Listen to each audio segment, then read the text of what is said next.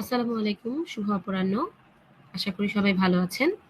আজকে বেল 11 ক্লাসটা বোধহয় আপনাদের 28th এডিশনের এটাই প্রথম নতুন চ্যাপ্টার। 28th এডিশনে কিছু নতুন চ্যাপ্টার অ্যাডিশন হয়েছে, আমি আগে যেমনটা বলেছিলাম যে আদারওয়াইজ চেঞ্জগুলো অত বেশি সিগনিফিকেন্ট না হলেও কিছু নতুন চ্যাপ্টার অ্যাডিশন ছিল। তো আজকে আমরা আসলে আমাদের প্রথম বেলিয়ান লাভ 28th এডিশনে একটা নতুন চ্যাপ্টার পড়তে যাচ্ছি, ব্র্যান্ড নিউ চ্যাপ্টার। তো যেটা নাম হচ্ছে functional disorders of the intestine. আচ্ছা, এইটা নিয়ে সবসময় আসলে কিছু মিসনম্বর থাকে। আর ফাংশনাল ডিসঅর্ডার আমরা কাদেরকে বলি বা কেমন এই জিনিসগুলা, আসলে এই টপিকগুলা বা এই যে ডিজিজগুলা, এগুলা এমন টাইপের ডিজিজ থাকে যেগুলো আসলে না স্পেসিফিক কোনো ডায়াগনস্টিক ক্রাইটেরিয়া আছে, না পেশেন্টের স্পেসিফিক কোনো সিমটম থাকে, না আমাদের স্পেসিফিক ভাবে এই ডিজিজগুলো পড়তে ভালো লাগে, ওরকম কিছুই না। হ্যাঁ, তো এটা আসলে আমরা বরাবরই দেখা যায় নেগলেক্ট করে আসি, তাই না? তো ওই জিনিসগুলোকে কেন্দ্র করে টোটালি একটা চ্যাপ্টার তাহলে নতুন যুক্ত হয়েছে। সো আমাদেরকে এটাতে একটু সময় নিয়ে এখান থেকে কি কি আসতে পারে বা কি কি জিনিস ইম্পর্টেন্ট সেটাতে আমাদেরকে একটু ফোকাসড হতে হবে, তাই না? আচ্ছা, তো আমরা শুরু করব আমাদের আজকে পড়া বেলিয়ান লাভের chapter 73, functional disorders of the intestine. আমি একটু চেক করে নিই আপনারা দেখতে এবং শুনতে পাচ্ছেন কিনা, তারপর ক্লাসটি শুরু করছি।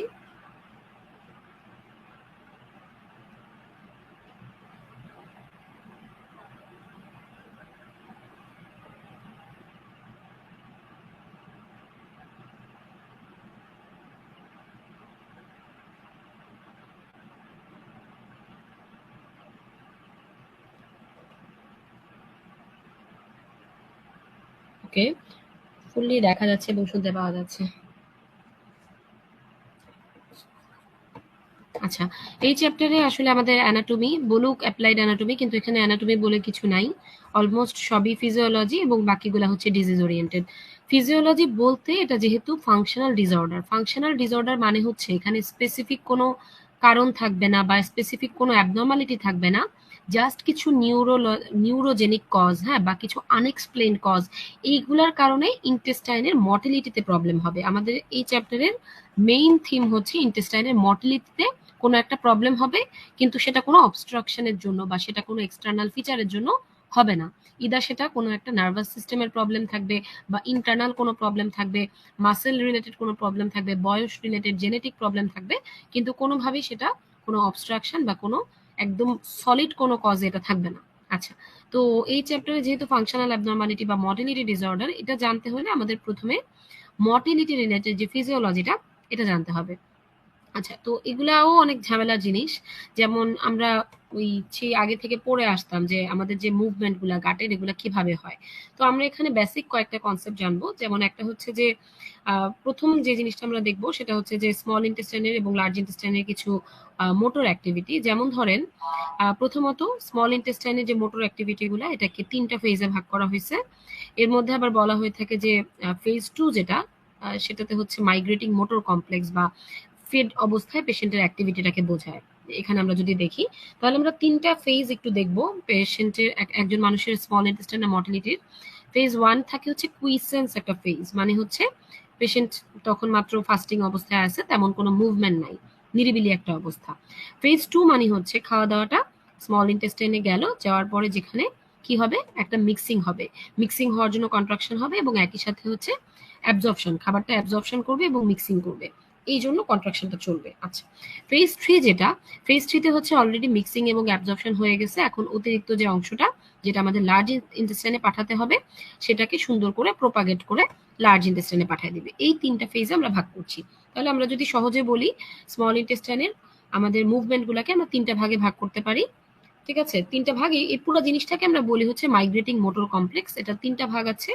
ফেজ ওয়ানে আমরা বলবো কুইসেন্স ফেজ, যেখানে হচ্ছে একদম পেশেন্ট খাওয়া অবস্থায় না, মানে ইন্টেস্টাইনটা ফাঁকা, ওই অবস্থায় একটা জাস্ট স্টেবল একটা ফেজ, যেখানে তেমন কোনো মুভমেন্ট আসলে হবে না, নিরিবিলি থাকবে মোটামুটি। ফেজ টু যেটা, সেটা হচ্ছে যে খুব হাই ফ্রিকোয়েন্সি কন্ট্রাকশন হবে, যেটার কারণে পেশেন্টের খাবারটা মিক্সিং হবে এবং যে খাবারের যে ইম্পর্টেন্ট অংশগুলো অ্যাবজর্পশন হওয়া দরকার সেগুলো অ্যাবজর্পশন হবে। আর লাস্টলি যেটা ফেজ থ্রি, এটা আর কিছুই না, খাবার মিক্সিং এবং অ্যাবজর্পশন হওয়ার পর যে পোর্শনটা স্মল ইন্টেস্টাইন থেকে লার্জ ইন্টেস্টাইনে যাবে, সেটাকে প্রোপেল বা হচ্ছে প্রোপাগেট করে পাঠিয়ে দিবে। এরপরে লার্জ ইন্টেস্টাইনে যখন খাবারটা আসে এখানে দুই ধরনের কন্ট্রাকশন হয়। একটাকে আমরা বলি হচ্ছে ফেজিক কন্ট্রাকশন, আর একটাকে আমরা বলি হচ্ছে টনিক কন্ট্রাকশন। টনিক কন্ট্রাকশনটা কিছুই না, এটা জাস্ট টোন, নর্মাল যে টোনটা বজায় রাখার জন্য যে একটা অ্যাক্টিভিটি সেটা। ফেজিক কন্ট্রাকশনটা হচ্ছে আসল, সেটা হচ্ছে যে প্রথমত কিছু প্রোপাগেটেড প্রেশার ওয়েভ থাকে, যেটা হাই অ্যাম্পলিটিউড বা লো অ্যাম্পলিটিউড, এগুলো খুব ডিটেলস বোঝার দরকার নাই। কিছু রেট্রোগেড এবং সাইমালটেনাস প্রেশার ওয়েভ থাকে, আর পিরিয়ডিক কিছু কোলনিক এবং রেক্টাল মুভমেন্ট থাকে। এগুলার খুব বেশি আমাদের আসলে উপযোগিতা নাই, আমাদের পড়া লাগবে না। আচ্ছা, এখন দেখেন এই যে ইন্টেস্টাইনের অ্যাক্টিভিটি, এগুলা কয়েকটা মেকানিজমে হয়। যেমন একটা মেকানিজম হচ্ছে নিউরোনাল মেকানিজম, একটা মেকানিজম হচ্ছে মায়োজেনিক বা মাসেলের মেকানিজম, আর আরেকটা মেকানিজম হচ্ছে ওই এন্ডোক্রাইন কিছু সেল রিলেটেড মেকানিজম বা হচ্ছে কেমিক্যাল মেকানিজম আমরা বলতে পারি। আমি আবার বলি, তিনটা মেকানিজম থাকে। একটা হচ্ছে নিউরোনাল, আমি একটু পরে বক্স দেখাবো, ক্লিয়ার হবে। নিউরোনাল বা নার্ভাস। একটা মেকানিজম থাকে যেটা হচ্ছে মায়োজেনিক, আর আরেকটা মেকানিজম থাকে যেটাকে আমরা বলি হচ্ছে কেমিক্যাল।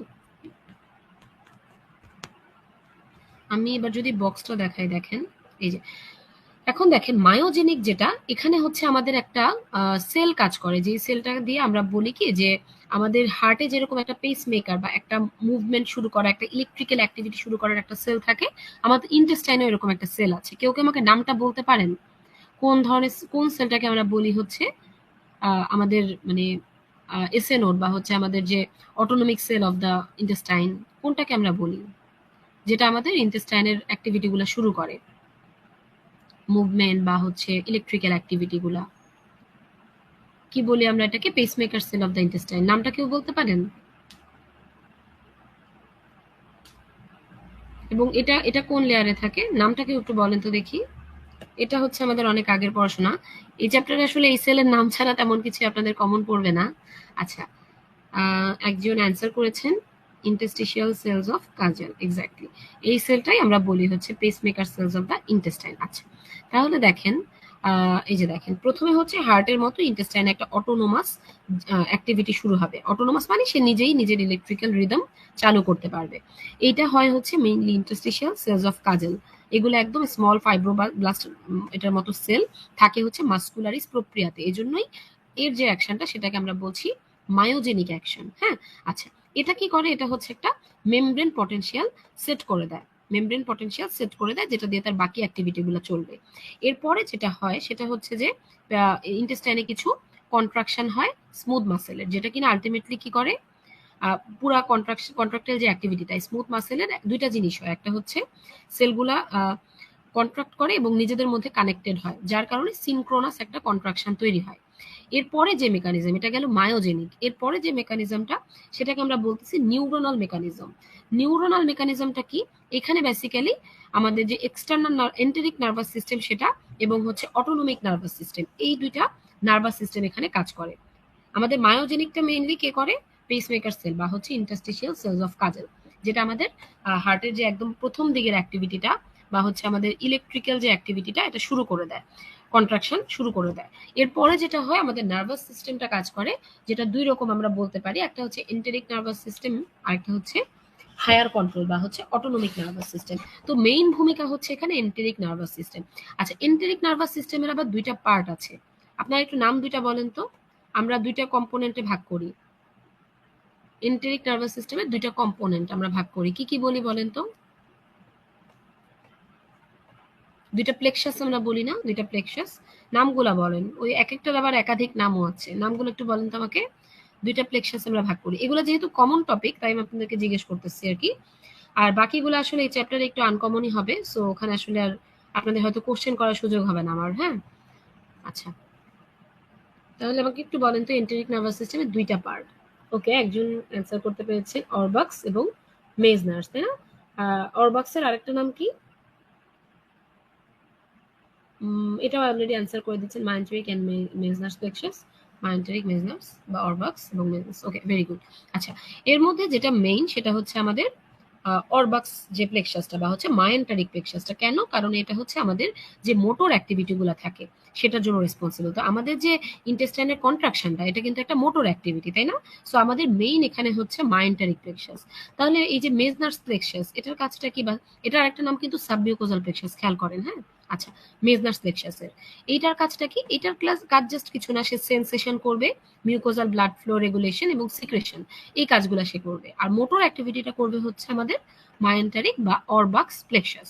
আচ্ছা, এটা গেল হচ্ছে আমাদের লোকাল বা এন্টারিক নার্ভাস সিস্টেম। এখন হায়ার কন্ট্রোলের এখানে রোলটা কি? প্রথম কথা হচ্ছে হায়ার কন্ট্রোলের রোলটা খুব সিগনিফিকেন্ট কিছু না। কেন না? কারণ ওই যে আমাদের তো ইন্টারস্টিশিয়াল সেল অফ কাজাল আছেই, সে তো নিজের কাজ নিজেই করতে পারছে, নিজের মোটর অ্যাক্টিভিটি নিজেই শুরু করে দিচ্ছে, পেসমেকার হিসেবে কাজ করছে, সো তার কারো হেল্প দরকার হয় না। কিন্তু তারপরও হায়ার কন্ট্রোল সেন্টারের কিছু ফাংশন আছে। যেমন কি হয়, যেমন আমরা আমাদের খাওয়া বা এক্সারসাইজের সাথে কিন্তু আমাদের যে বডির খাবার দাবার পরিপাক বা হচ্ছে ইন্টেস্টাইনাল মুভমেন্ট, এগুলো কিন্তু রিলেশন থাকে। আবার ধরেন স্ট্রেসে আমাদের মুভমেন্ট কেমন হবে ইন্টেস্টাইনে, সেটার সাথে একটা রিলেশন থাকে। ফুডের স্মেল এবং টেস্ট, এটার সাথে কিন্তু আমাদের সিক্রেশন এবং গাটের মুভমেন্টের একটা রিলেশন থাকে। সো এইগুলা হচ্ছে হায়ার কন্ট্রোল সেন্টার বা নার্ভাস সিস্টেম, নার্ভাস যে সিস্টেমের সাথে রিলেশন। আচ্ছা, আর সেন্ট্রাল নার্ভাস সিস্টেমের সাথেও কিছু ইন্টারাকশন থাকে, তবে ওগুলো খুব একটা মেনশন করার দরকার নেই। কেমিক্যাল কন্ট্রোল হচ্ছে ওই জিনিসগুলা যেগুলাকে আমরা বলি হচ্ছে লোকাল হরমোনস অফ জিআইটি। সেটা প্যারাক্রাইন হতে পারে, এন্ডোক্রাইন হতে পারে। আপনারা already stomach and duodenum chapter যখন পড়াচ্ছিলাম, তখন আমি বলেছিলাম না একটা বক্স ছিল ফিজিওলজির, যেখানে আমরা বলতাম যে ইন্টেস্টাইনের বা স্মল স্টমাক ডুওডেনামের মর্টিলিটি বাড়ায় কারা, কমায় কারা? আপনাদের মনে আছে কিনা? ওই যে আমরা বলতাম ভিআইপি দেখলে মর্টিলিটি কমে যাবে, নো হয়ে যাবে, নাইট্রিক অক্সাইড, হ্যাঁ? ওই জিনিসগুলা, ওই যে হরমোনগুলা বা হচ্ছে আমাদের লোকাল হরমোন বা প্যারাক্রাইন ভাবে হোক বা এন্ডোক্রাইন ভাবে হোক, ওই যে মেকানিজম গুলা, ওগুলা দিয়েও কিন্তু মর্টিলিটিটা অনেকটুকুই কন্ট্রোল হয়। দ্যাট মিনস ওগুলাকে আমরা বলবো হচ্ছে কেমিক্যাল কন্ট্রোল। তাহলে আমরা তিনটা কন্ট্রোল পাইলাম, মায়োজেনিক, নিউরোজেনিক এবং হচ্ছে কেমিক্যাল কন্ট্রোল। হ্যাঁ, আচ্ছা, এবার আসি, এগুলো হলো আমাদের স্মল ইন্টেস্টাইন। লার্জ ইন্টেস্টাইন, রেকটামে তেমন কিছুই না। রেকটামের কাজ হচ্ছে খাবারটাকে স্টোরেজ করে ফার্দার ওয়াটার অ্যাবজর্পশন, ডেফিকেশন, এগুলো খুব একটা দরকার নাই। ওখানকার যে নার্ভ এন্ডিং গুলা, তার মেইন কাজ হচ্ছে রেকটামটা যদি ফুলফিল হয়ে যায়, মানে ফিল আপ হয়ে যায়, তখন সে একটা রিফ্লেক্স দিবে, এটুকুই, যে একটা ফিল আপ সেন্সেশনটা দিবে, যেন পরবর্তীতে ডেফিকেশনটা ইনিশিয়েট হইতে পারে। আচ্ছা, স্মল ইন্টেস্টাইনের যে ফাংশনগুলো, এগুলোর টেস্টের কথা যদি আমরা বলি, প্রথম কথা হচ্ছে কি যে এই চ্যাপ্টারে আমাদের স্পেসিফিক কোনো টেস্টের কথা আমরা জানতে পারবো না, যে কোন টেস্ট দিয়ে আমরা কি ডায়াগনোসিস করতে পারি। হ্যাঁ, কারণ ফাংশনাল ডিসঅর্ডারের ডায়াগনোসিস যদি কিভাবে করা হয় আমি জিজ্ঞেস করি, তাহলে এখানে একটাই কথা আমাদের বলতে হবে, সেটা কি জানেন? আপনি যখন অন্য মানে পেশেন্টের হিস্ট্রি, ক্লিনিক্যাল এক্সামিনেশন বা সব ধরনের ইনভেস্টিগেশন করে অন্য কোনো নোন কারণ যখন খুঁজে পাবেন না, তখনই আমরা সেটাকে ফাংশনাল ডিসঅর্ডারের ডিসঅর্ডারের কাতারে নিয়ে আসবো। আবারও বলি, আপনি পেশেন্টের হিস্ট্রি নিলেন, ক্লিনিক্যাল এক্সামিনেশন করলেন, হ্যাঁ, এবং হচ্ছে কিছু ইনভেস্টিগেশন করলেন, কোনো কিছু দিয়ে আপনি পেশেন্টের কোনো ডায়াগনোসিসে যখন রিচ করতে পারবেন না, তখন আমরা এই ফাংশনাল ডিসঅর্ডারগুলো চিন্তা করব। দ্যাট মিনস আমাদের এমন কোনো স্পেসিফিক ডায়াগনস্টিক ক্রাইটেরিয়া হোক বা টেস্ট হোক যেটা নাই, যেটা দিয়ে আমরা পেশেন্টের ফাংশনাল ডিসঅর্ডার বের করতে পারবো। তারপরও আমরা কিছু টেস্ট করি, ধরেন আমরা যখন আরেকটু কনফার্ম হতে চাই, এর মধ্যে কিছু টেস্ট আমরা করি হচ্ছে ট্রানজিশনাল, মানে ট্রানজিটটা দেখার জন্য, আর কিছু টেস্ট আমরা করি কন্ট্রাক্টাইল অ্যাক্টিভিটি দেখার জন্য। ট্রানজিট দেখার জন্য যেমন আমরা ব্যারিয়াম কন্ট্রাস্ট আমরা করি, যেটা আপনারা ইসোফেগাস, স্টমাক সব জায়গায় কিন্তু পড়েছেন। সেখানে আমরা কি করি, ব্যারিয়াম কি, ব্যারিয়াম হচ্ছে একটা কালারিং এজেন্ট, তাই না? তো সেটা আমরা পেশেন্টের ইন্টেস্টাইন দিয়ে যখন পাস করে, আমরা যখন রেডিওলজি করে দেখি, এক্স রে করে দেখি, তখন আমরা রেডিও অপাসিটি দেখতে পাই, সাদা রঙের একটা অংশ দেখতে পাই। তো ওই সাদা অংশটা কোথায় কোথায় যাচ্ছে, কতটুকু স্পিডে যাচ্ছে, এগুলো দেখে আমরা মর্টিলিটি সম্পর্কে একটা আইডিয়া করি। আরেকটা হচ্ছে breath hydrogen small bowel test. এটাতে হচ্ছে যে খাবার যদি জমে থাকে অনেকক্ষণ বাওয়েলে, তখন দেখা যায় সেখানে ফার্মেন্টেশন হয়, তো তখন একটা ব্যাড অর্ডার আসে মুখ থেকে খাবার ফার্মেন্টেশনের কারণে। এই টাইপের একটা, খুব একটা স্পেসিফিক না একটাও। মর্টিলিটি ক্যাপসুলের মাধ্যমে আমরা ওই লোকাল মর্টিলিটিটা দেখি, এটাও খুব একটা ইম্পর্টেন্ট কিছু না। অনেক সময় আমরা ডায়নামিক ম্যাগনেটিক রেজোনেন্স ইমেজিং বা এমআরআই করি। কোলনের টেস্টের মধ্যে একটা ইম্পর্টেন্ট জিনিস হচ্ছে রেডিও অপেক মার্কার স্টাডি। এইটা মোটামুটি একটা কাজের টেস্ট।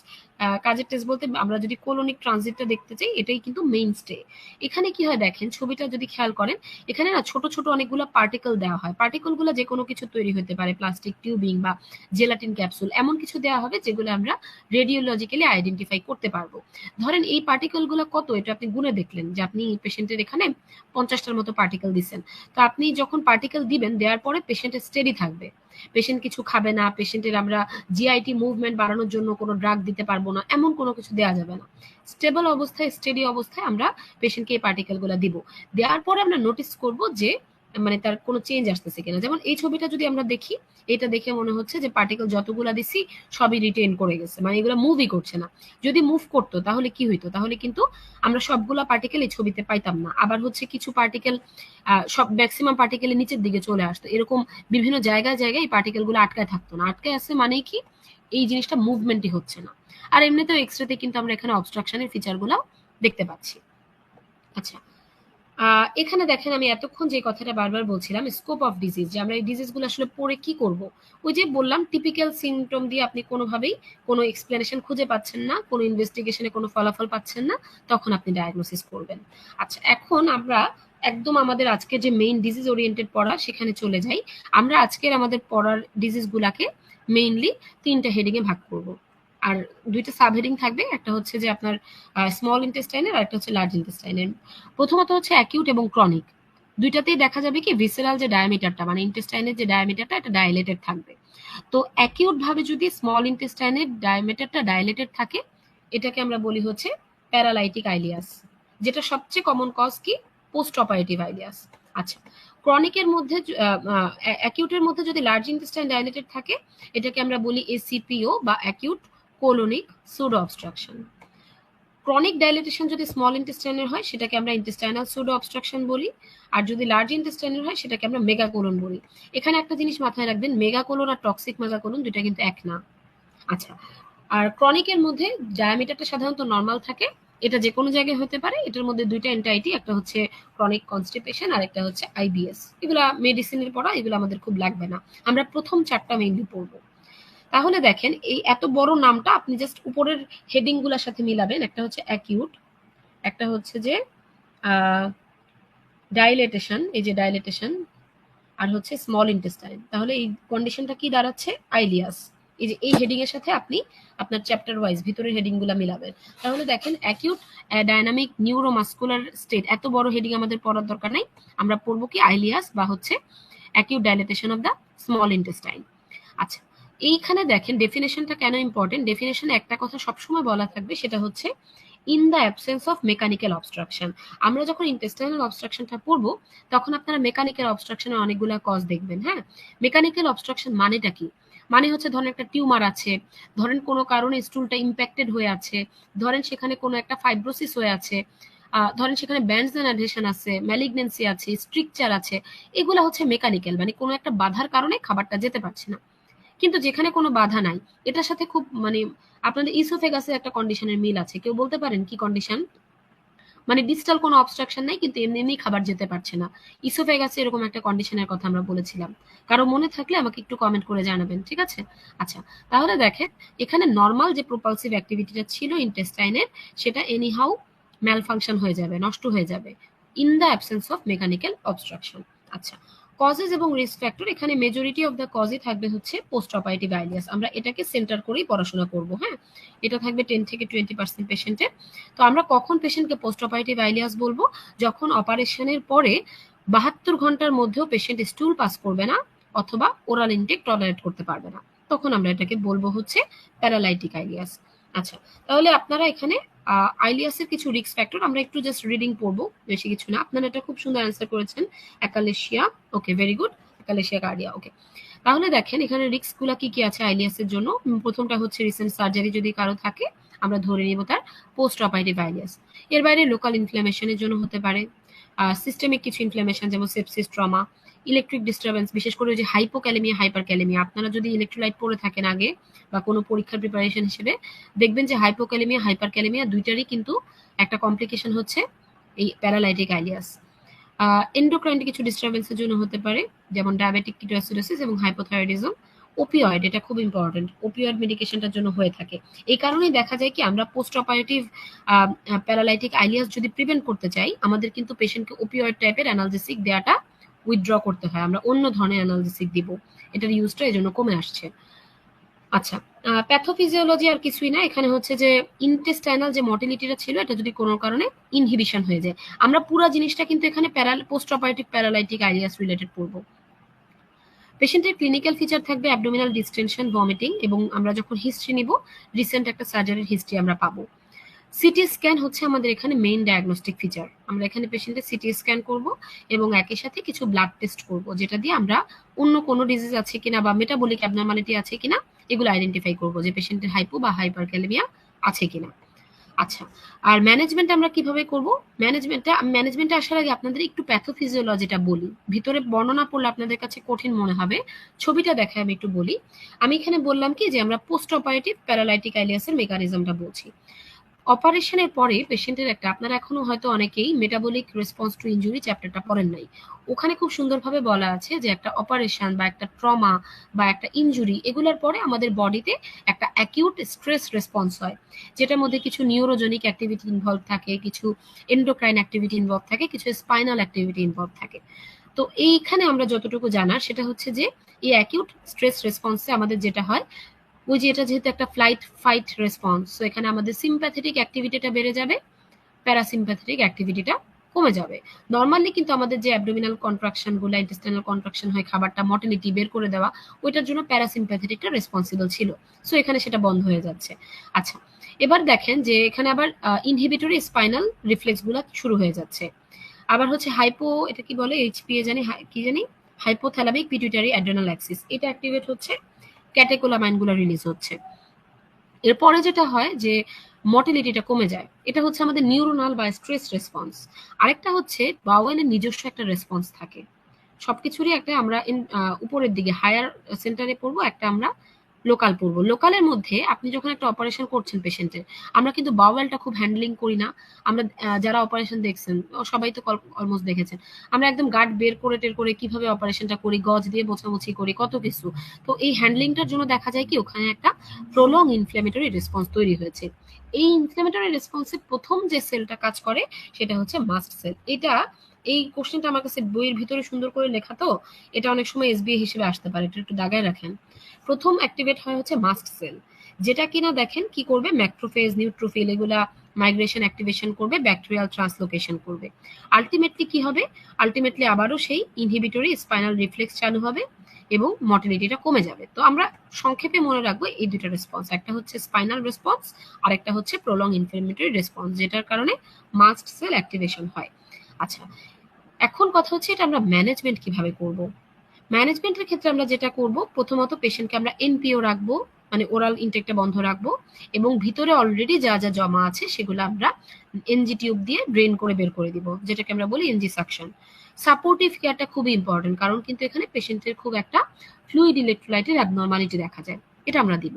আচ্ছা, এরপরে আমরা চলে আসবো কি, পেশেন্টকে আমরা কিছু কোনো কজ যদি থাকে ভিতরে, আইডেন্টিফায়াবল কজ, যেমন অনেক সময় পেরিটোনাইটিস বা অ্যাবসেস এগুলোর জন্য হয়ে থাকে, তো আমরা সেই আন্ডারলাইং কজের ট্রিটমেন্ট দিব, এটা একটা। আচ্ছা, আরেকটা হচ্ছে আমরা ইনভেস্টিগেশন, এটা তো আগেই বললাম, সিটি স্ক্যানিংটা আমাদের মেইন ইনভেস্টিগেশন, মোস্ট ইফেক্টিভ এখানে, যেটা দিয়ে আমরা কারণও আইডেন্টিফাই করতে পারি, আবার কন্ডিশনটাও আইডেন্টিফাই করতে পারি। আর আমরা ল্যাপারোটমি কখন করব, সাধারণত আমাদের মনে রাখা প্রয়োজন এখানে আমরা অপারেশন করব না, কারণ অলরেডি পেশেন্ট পোস্ট অপারেটিভ, সহজে আমরা এই পেশেন্টের অপারেশন করব না। আমরা ওয়েট অ্যান্ড সি করব, কতদিন পর্যন্ত, 7 দিন পর্যন্ত।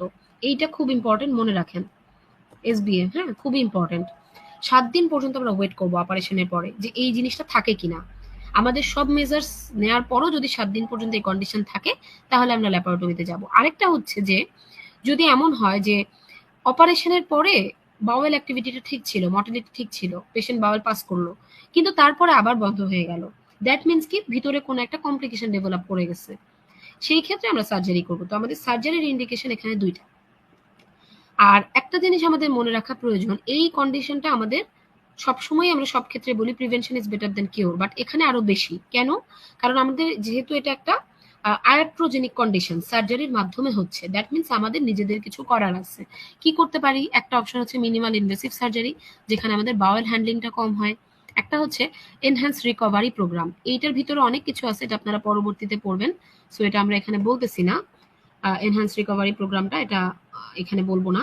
আচ্ছা, এর মধ্যে একটা ইম্পর্টেন্ট জিনিস হচ্ছে একটু আগে যেটা বললাম, ওপিওয়েড টাইপের ড্রাগটা আমরা অ্যাভয়েড করব, ইনফ্ল্যামেটরি রেসপন্সটা যেন সাপ্রেশন করতে পারি। আচ্ছা, আচ্ছা, এরপরে যে কন্ডিশনটা সেটা হচ্ছে লার্জ ইন্টেস্টাইনের অ্যাকিউট ডাইলেটেশন, এটাকে আমরা কি বলি, এসিপিও বা অ্যাকিউট কোলোনিক সুডো অবস্ট্রাকশন। এটা বলতে একটা অ্যাকিউট ম্যাসিভ ডাইলেটেশন হবে কোলনের in absence of mechanical obstruction. মানে মেকানিক্যাল অবস্ট্রাকশন থাকবে না, কিন্তু এটা সুডো অবস্ট্রাকশন। মানে কি? মানে হচ্ছে তার অবস্ট্রাকশন রিলেটেড সব ধরনের ক্লিনিক্যাল সিমটম কিন্তু থাকবে। আচ্ছা, এই জিনিসটা, এই ডিজিজটা প্রথম আইডেন্টিফাই বা ডিসক্রাইব করেন অগলিভস, যে কারণে এই কন্ডিশনটাকে অগলিভস সিনড্রোমও বলা হয়। কি কি থাকবে? পেশেন্টের অ্যাবডোমিনাল পেইন থাকবে, অ্যাবডোমিনাল ডিস্টেনশন থাকবে, হ্যাঁ, কনস্টিপেশন থাকবে, ভমিটিং থাকতে পারে, টিম্প্যানিক একটা সাউন্ড আমরা পাবো, এই টাইপের কন্ডিশনগুলো থাকবে।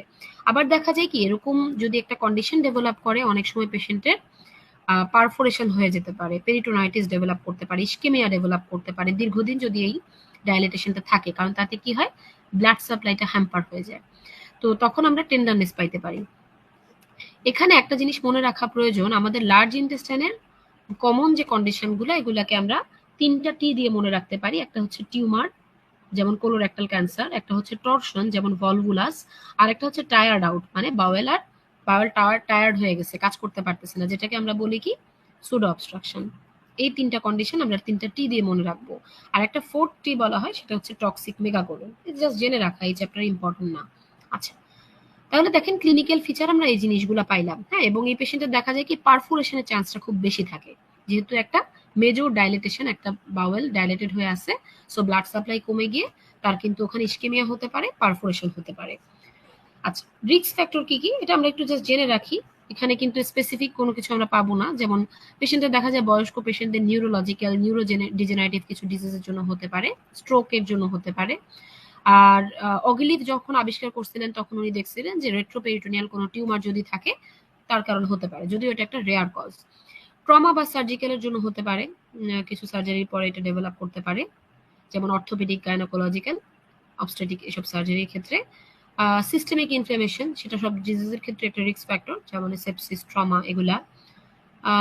রেসপিরেটরি বা ইউরিনারি কিছু ইনফেকশন, যেমন ইউটিআই বা হচ্ছে lower respiratory tract, upper respiratory tract infection, এগুলোর জন্য হতে পারে। এগুলোর কোনো স্পেসিফিক ব্যাখ্যা নাই কেন হবে, হ্যাঁ, জাস্ট এই কন্ডিশনগুলো। এমআই যাদের থাকে তাদের হতে পারে, ইলেকট্রোলাইট মেটাবলিক ডিস্টারবেন্স বা কিছু মেডিকেশনের জন্য হতে পারে।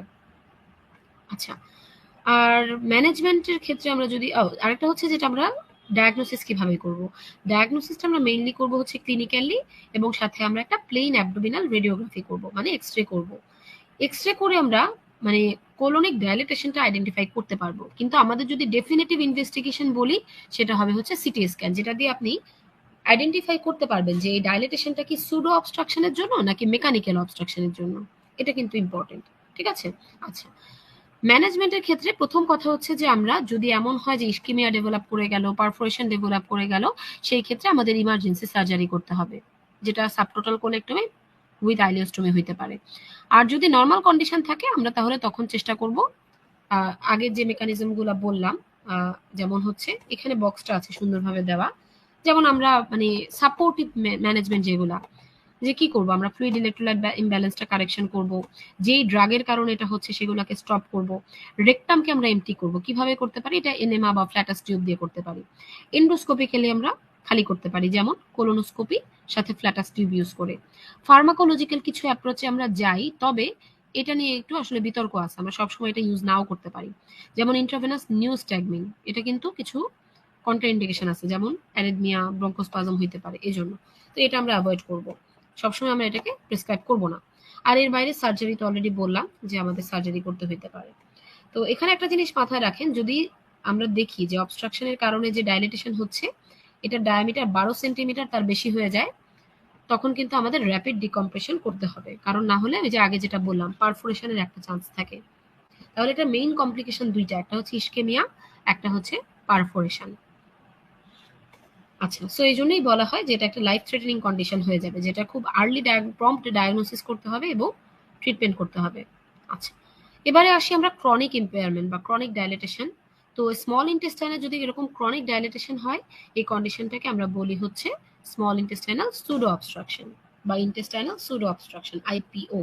এটাও আর কিছু না, এখানে হচ্ছে ইন্টেস্টাইনাল মর্টিলিটির একটা সিভিয়ার ইম্পায়ারমেন্ট হয়। এখানেও কোনো মেকানিক্যাল কজ থাকবে না, এটা মেইন কথা। এটা না খুব রেয়ার একটা কন্ডিশন, হ্যাঁ, এবং আনফরচুনেটলি এই কন্ডিশনে দেখেন মোস্ট অফ দ্য পেশেন্টে আমরা কোনো কিওর করতে পারবো না, বলতে গেলে এটার কোনো ট্রিটমেন্ট আসলে নাই, খুবই খারাপ একটা কন্ডিশন। আমরা এখানে কি দেখি, এখানে আমরা এটা সাধারণত দেখা যায় কি বাচ্চাদের বেশি হয়, বিশেষ করে একদম শর্টলি আফটার বার্থ বা ইনফ্যান্সি। একদম রেয়ার কিছু কারণ, কিছু রেয়ার মায়োপ্যাথি, নিউরোপ্যাথি, বেশিরভাগ কারণেই আসলে ইডিওপ্যাথিক, হ্যাঁ, রেডিয়েশন ইনজুরি, অ্যামাইলোডোসিস, মানে খুব আজে বাজে টাইপ, স্ক্লেরোডার্মা, এরকম টাইপ ডিজিজের জন্য এটা হয়ে থাকে, যেটা ট্রিটমেন্ট আসলে পাওয়া যায় না। সিমটমগুলো নর্মাল অবস্ট্রাকশনের সিমটমই হবে, যেমন পেইন, ডিস্টেনশন, ভমিটিং। আমরা এটা এক্স-রে করে আইডেন্টিফাই করতে পারি। আর ট্রিটমেন্টের ক্ষেত্রে তো আগেই বললাম ওইরকম কোনো ট্রিটমেন্ট নাই, আমরা সব সাপোর্টিভ ম্যানেজমেন্টে যাব, যেমন নিউট্রিশন দিব, অ্যানালজেসিয়া দিব। অনেক সময় প্রোকাইনেটিক ইউজ করা যায়, বাট খুব একটা লাভ হয় না। অ্যান্টিবায়োটিক আমরা দিতে পারি যেন ওখানে আর কোনো ওভারগ্রোথ না হয় ব্যাকটেরিয়া। ইমিউন থেরাপি অনেক সময় আমরা যেই স্পেসিফিক কন্ডিশনের জন্য এই ডিজিজটা অ্যারাইজ করছে, আন্ডারলাইং কজের আমরা ট্রিটমেন্ট করতে পারি। সার্জারি করে কোনো লাভ হয় না, বলতে গেলে কোনো লাভই হয় না। এটার প্রগনোসিস এত খারাপ যে এটাকে বলা হয় MND of gut, motor neuron disease আমরা বলি না পেশেন্টের, এটার আউটকাম খুব খারাপ। এটাকে বলা হয় গাটের মোটর নিউরন ডিজিজ। আচ্ছা, এবারে আসি হচ্ছে আমরা chronic dilatation of the large intestine বা হচ্ছে মেগাকোলন, মেগারেক্টাম। এটা যদি কোলনে হয় আমরা মেগাকোলন বলবো, রেক্টামে হইলে মেগারেক্টাম। আচ্ছা, আমাকে বলেন তো যে এই যে আমরা মেগাকোলন বলতেছি বা কোলনটা একটা ডাইলেটেশন হয়ে যাচ্ছে, এইটা বাচ্চাদের খুব কমন একটা ডিজিজের জন্য হয়, কেউ কি বলতে পারেন ওই ডিজিজটা কি? বাচ্চাদের একদম জন্মের পরপরই একটা ডিজিজের কারণে আমরা দেখি যে তার একটা মেগাকোলন ডেভেলপ করছে। কেউ বলতে পারেন? খুব মানে পরিচিত একটা ডিজিজ আমাদের, যেখানে যেটার মেইন ফিচার হয় কি ডিলেইড পাসেজ অফ মেকোনিয়াম বা হচ্ছে assisted passage of meconium. Meconium pass করতে ডিলে হবে এবং আপনার কাছে পেশেন্টের মা কমপ্লেন করবে যে তার জন্মের পরে তার স্টুল পাস করেনি, আমি এভাবে এভাবে করে পাস করাইছি, এভাবে বলবে তো আপনাকে। হ্যাঁ, কেউ বলতে পারেন দেখি একটু?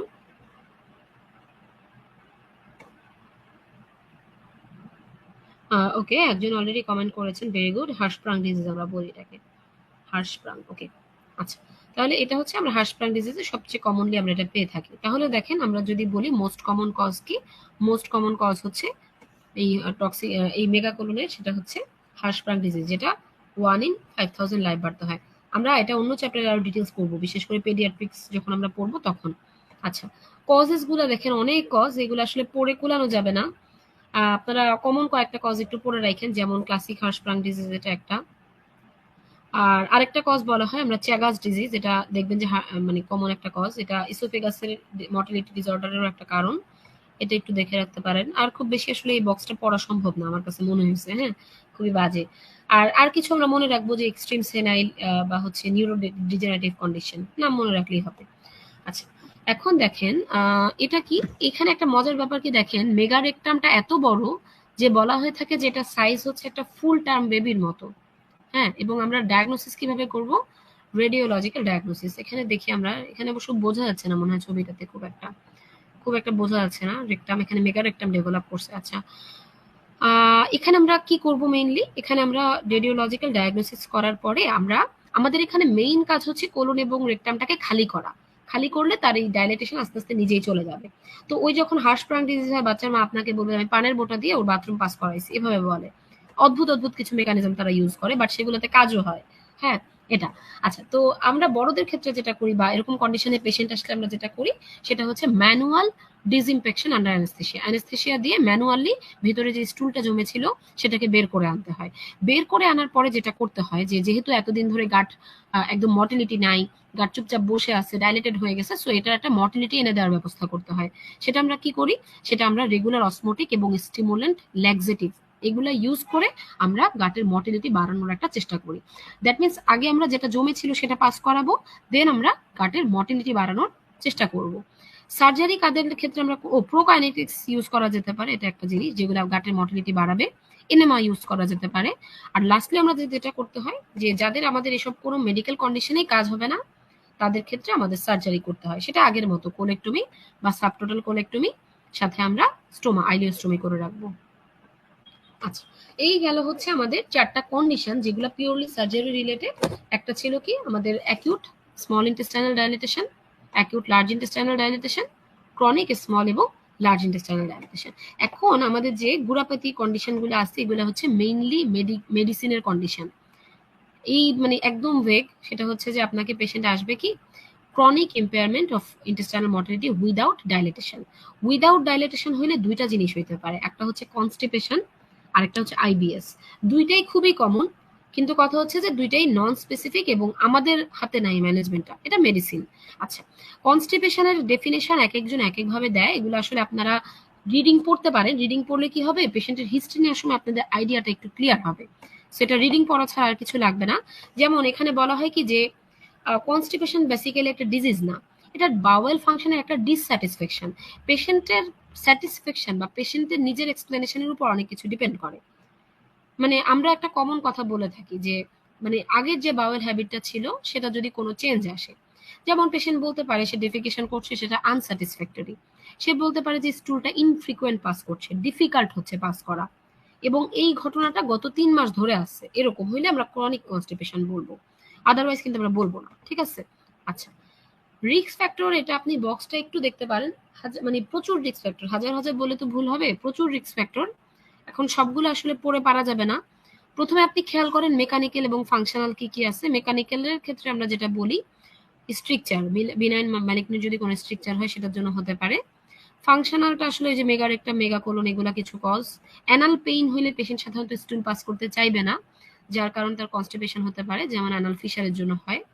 মেটাবলিক ডিসঅর্ডারের ক্ষেত্রে আমরা কিছু জিনিস বলছিলাম, হাইপারক্যালেমিয়া, হাইপারক্যালসেমিয়া, এগুলা। ড্রাগসের নামগুলো একটু মনে রাখবেন, opioid, anticholinergic, calcium channel blocker. Psychological কিছু হতে পারে যেমন ইটিং ডিসঅর্ডার, এগুলো একটু রিডিং দিবেন। আচ্ছা, এখানে আপনার হিস্ট্রিটা খুব ইম্পর্টেন্ট। পেশেন্টকে আপনি স্পেসিফিক্যালি আস্ক করবেন স্টুলের ফ্রিকোয়েন্সি কিরকম, মানে আপনি দিনে কয়, পেশেন্ট কিন্তু আপনার কাছে ভ্যাগ কমপ্লেন নিয়ে আসবে, মানে তার কাছে যদি কনস্টিপেশন মনে হয় সে এটাকে কনস্টিপেশন বলবেই। আপনার এটা বের করে নিতে হবে যেটা আসলেই কনস্টিপেশন কিনা। আপনি তারা জিজ্ঞেস করবেন কি যে আপনার ফ্রিকোয়েন্সি, আপনি দিনে কতবার যান, এটা।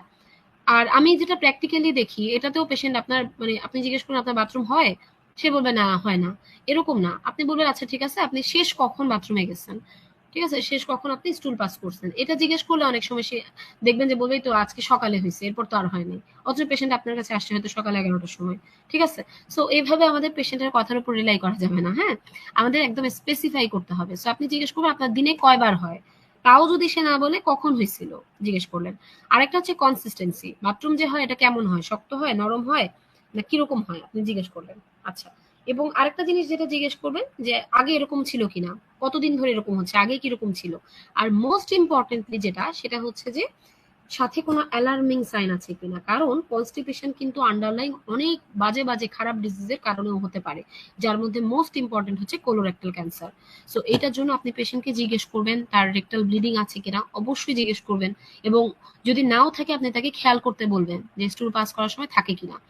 ওয়েট লসের একটা হিস্ট্রি থাকতে পারে, দেন পেশেন্ট আপনার কাছে উইকনেস নিয়ে আসতে পারে, অ্যানিমিয়া নিয়ে আসতে পারে, এই জিনিসগুলো। আরেকটা জিনিস আপনি জিজ্ঞেস করবেন পেশেন্টের প্রিভিয়াস কোনো কোলন ক্যান্সারের হিস্ট্রি আছে কিনা, তার কোনো কোলন ক্যান্সারের জন্য স্ক্রিনিং বা গ্যাস্ট্রোইন্টেস্টাইনাল কোনো ইনভেস্টিগেশনের মধ্য দিয়ে যেতে হয়েছে কিনা, এবং তার ফ্যামিলি হিস্ট্রি আছে কিনা। ঠিক আছে?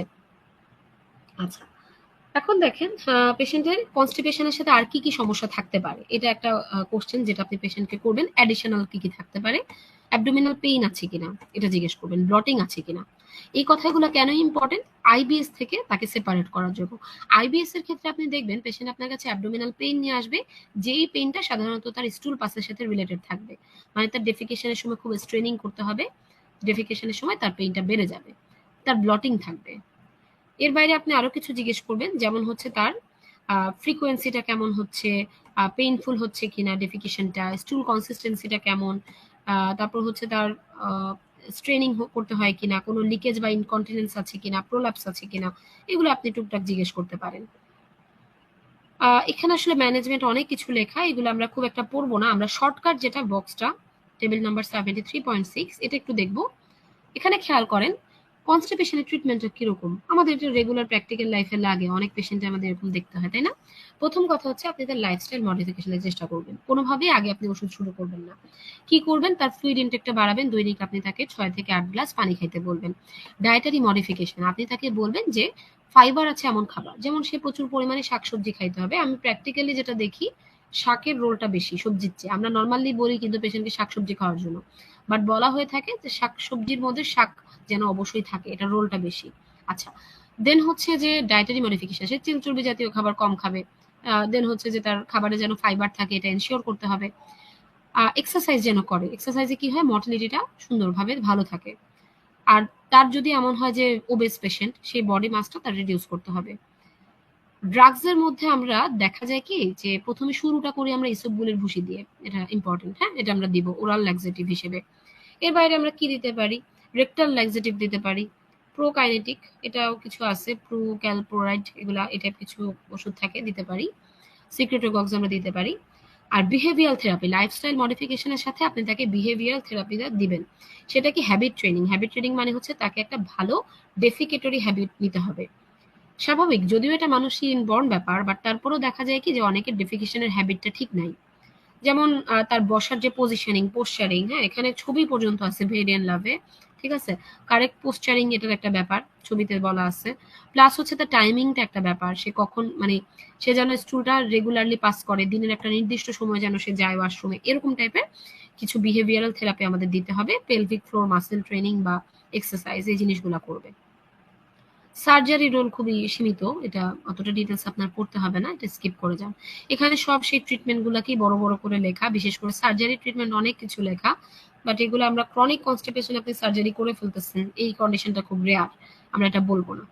আচ্ছা, লাস্টলি আমরা যে টপিকটা পড়বো এটা হচ্ছে ইরিটেবল বাউল সিনড্রোম বা আইবিএস, কমন। কিন্তু ব্যাপারটা কি, ব্যাপারটা হচ্ছে যে যে পেশেন্টের আপনি আর কোনো কারণ খুঁজে পাবেন না তার হচ্ছে আইবিএস, এরকম একটা ব্যাপার হয়ে গেছে, ঠিক আছে।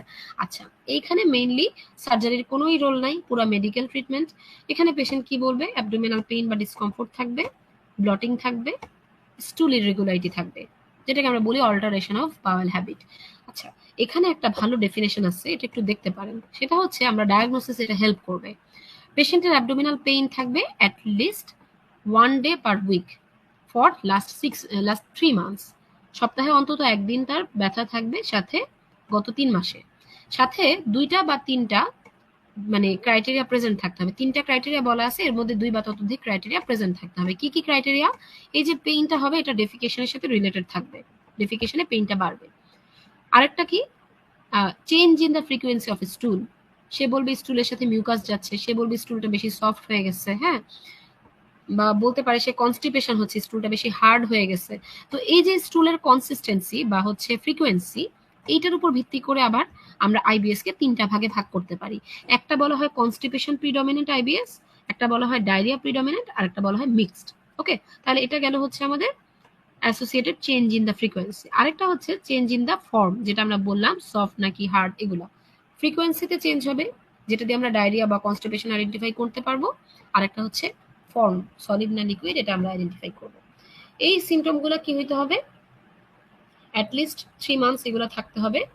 সাথে দেখা যাবে কি যে এই যে আমাদের ডায়াগনোসিস হইলো তার অনেক আগে থেকে এই সিমটমগুলো রয়ে গেছে, প্রায় 6 months পর্যন্ত, ঠিক আছে। এরকম আমরা 3 months এর জিনিসটাই বেশি ফলো করব। আচ্ছা, এখন কথা হচ্ছে যে রিস্ক ফ্যাক্টর বা কোমরবিডিটি কি কি থাকতে পারে, এগুলো একটু দেখে নেবেন। স্পেশালি হচ্ছে প্রথম দিকের কথাগুলো তো মেডিকেল কন্ডিশন টাইপের, fibromyalgia syndrome, chronic fatigue syndrome. আচ্ছা, পেশেন্টের অনেক সময় কি অ্যাংজাইটি, ডিপ্রেশন, এই জিনিসটা এমআরসিএস আমি পড়লাম রিসেন্ট সময়, যে আমরা আইবিএস আইডেন্টিফাই করার অন্যতম একটা ক্রাইটেরিয়া হচ্ছে আপনি পেশেন্টের যখন হিস্ট্রি নেবেন, পেশেন্ট আপনাকে সোশ্যাল স্ট্রেস বা মেন্টাল স্ট্রেসের একটা হিস্ট্রি দিবে।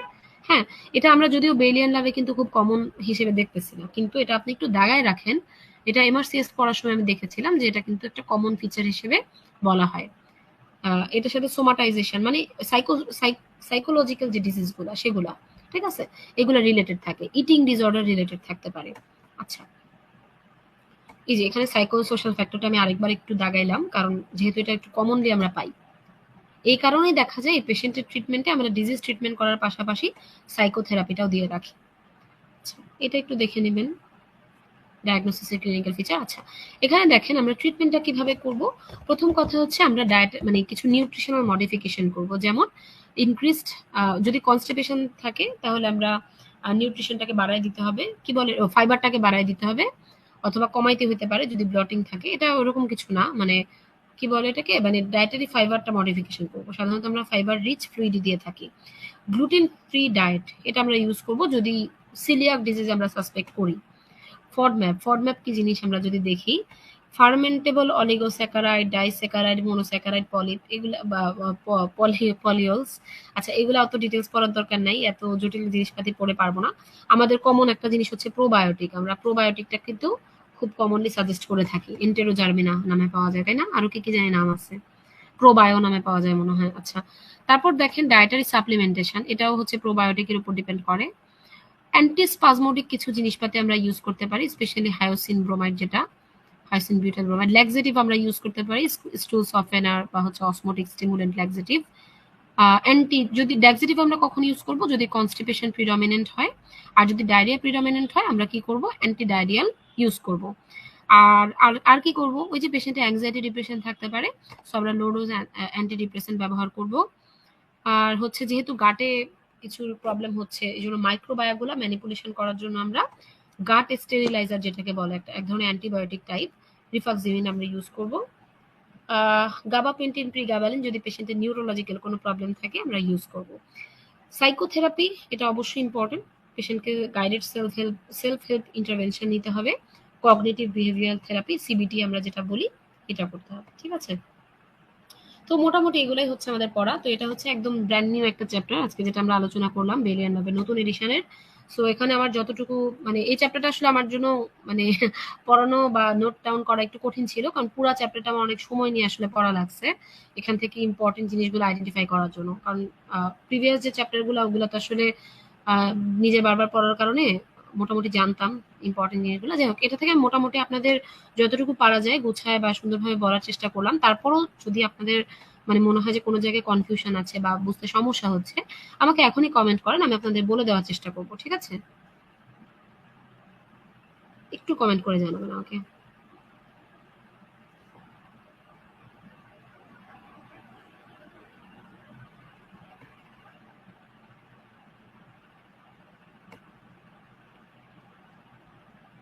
কারো কোনো কনফিউশন বা কোনো কোশ্চেন? এই চ্যাপ্টারটা কেমন মনে হইলো? খুব একটা কঠিন মনে হলো কি? তবে আমার কাছে মনে হয়েছে চ্যাপ্টারের টপিকটা আসলে মানে ওই রিসেন্ট সময় ইউজ বেশি, তো এই জন্যই আসলে এই নতুন চ্যাপ্টারটা ইনক্লুড করা। কারণ অনেক পেশেন্টই দেখা যায় এরকম ফিচার নিয়ে আসে, তার কোনো ডায়াগনোসিস হয় না, বারবার ডাক্তারের কাছে যেতে থাকে। তো এই হিসেবে আসলে এই চ্যাপ্টারটা বেশ ভালোই ইম্পর্টেন্ট আমার কাছে মনে হলো, আমাদের অ্যাটলিস্ট ডে টু ডে লাইফের ক্ষেত্রে আর কি। ওকে, তাহলে আমি একটু দেখে নিই আপনাদের কারো কোনো কনফিউশন আছে কিনা, কারো কোনো কোশ্চেন আছে কিনা। আচ্ছা, পিডিএফটা আমি সাথে সাথে সামিনকে আসলে দিয়ে দেই। মানে ক্লাস শেষেই দেখা যায় ল্যাপটপ ক্লোজ করার আগে আমি সামিনকে দিয়ে দেই, হ্যাঁ। বাট ও মনে হয় ব্যস্ততার কারণে কিনা কোনো কারণে ভুলে যায়, আমি ওকে বলেও দেই সাথে সাথে যে আপলোড দিয়ে দিতে। তো আমি এটা চেষ্টা করব, ঠিক আছে। আমি আমি ওকে দিয়েই দিই, আসলে দিয়ে ওকে বলেও দেই। আমি দেখি, আমি গ্রুপে দরকার হলে ওকে মেনশন করে দিব আবার। ঠিক আছে, ওকে। আর আর কোনো কোয়ারি বা কোনো কনফিউশন?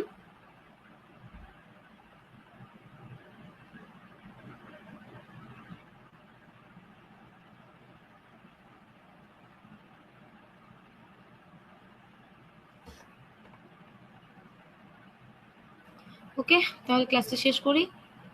সবাইকে ধন্যবাদ অনেকক্ষণ ধৈর্য ধরে থাকার জন্য, এবং শুভরাত্রি। আসসালামু আলাইকুম।